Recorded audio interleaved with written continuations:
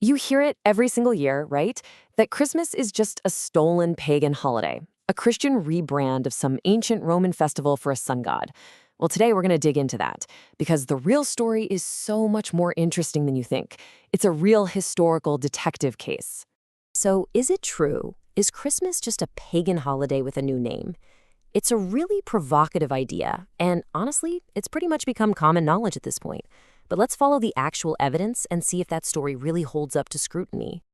Now, to really get to the bottom of this, we can't actually start with Christmas. Nope, we have to go way back to the 3rd century AD, to a Roman Empire that was, to put it mildly, completely falling apart.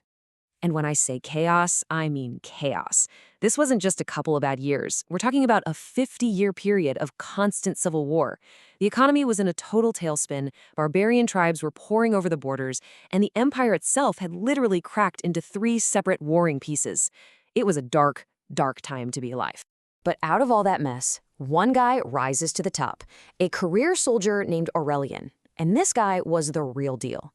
In just 5 short years, he manages to pull off the impossible. He beats back the invaders and basically glues the broken empire back together.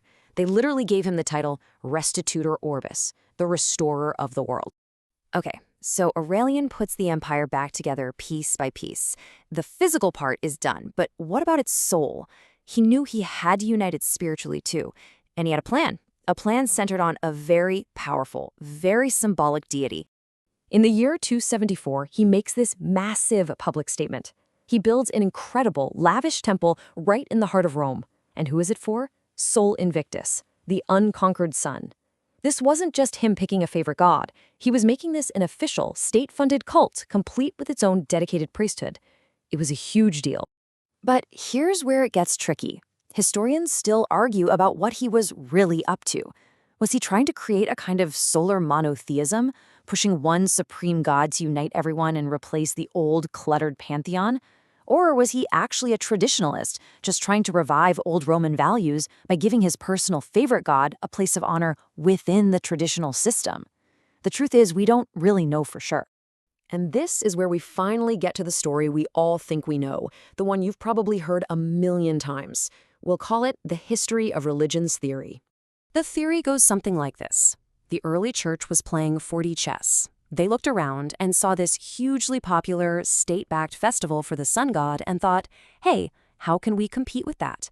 So they decided to place the birth of their son, the son of righteousness, on the very same day. It was a savvy move to absorb pagan traditions and make it easier for people to convert. So you get this really neat and tidy timeline, right? Step 1. In 274 AD, Emperor Aurelian creates this big festival for Sol Invictus on December 25th. Step 2, about 60 years later, Christians swoop in and plant Christmas on the exact same day. It seems pretty open and shut, a classic case of religious appropriation. It's a great story. It makes a lot of sense. But is it actually what happened? Because when you start looking at the actual, historical records, things start to get a whole lot messier. All right, so this is where we have to become historical detectives. We're going to leave the popular myth behind for a second and look at the clues, the hard evidence that we have. And this is where the story really takes a turn. See, that old theory, the one that got really popular back in the 19th century, well, let's just say modern scholars have poked a lot of holes in it.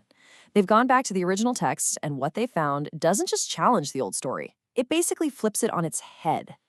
And believe it or not, this entire debate basically comes down to one single, incredibly important document, a Roman almanac called the Chronograph of 354. Everything hinges on this one text. Okay, get ready for this, because this is the real twist. The Chronograph of 354 contains the very first mention ever of a festival for Sol Invictus on December 25th. And what else is in that exact same document? You guessed it, the very first mention of the birth of Christ being celebrated on December 25th. They show up in the historical record at the exact same time in the exact same source. So do you see what this means? The whole idea that Christians copied a big, old, popular pagan festival? Well, it kind of falls apart if there's no proof the festival was big and old. This blows the door wide open for a totally different explanation for why Christmas is on December 25th. And that's what's called the calculation theory.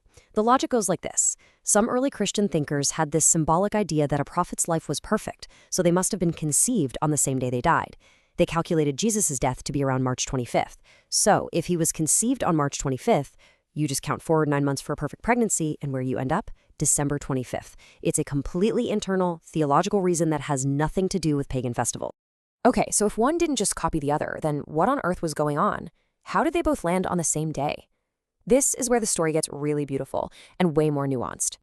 Well, a lot of modern historians, like a guy named Stephen Hamans, have pointed out that there's really very little evidence that this Sol Invictus festival on December 25th was a big deal at all before the mid-4th century.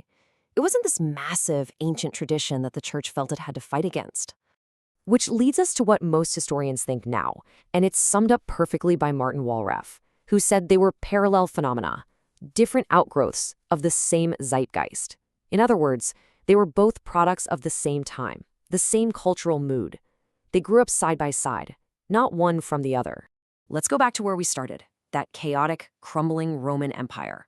In a world that felt like it was ending, everyone, pagan and Christian alike, was desperately looking for a symbol of hope. And what's the most powerful natural symbol there is? The return of the sun at the winter solstice, the moment the light begins to win against the darkness. It's a promise of rebirth. So, you see, it wasn't about theft. It wasn't about rebranding.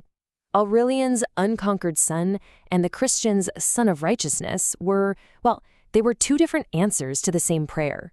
They were two expressions of the same profound, shared human need for light in a very dark world. And maybe that's the real takeaway here. The question isn't who copied whom.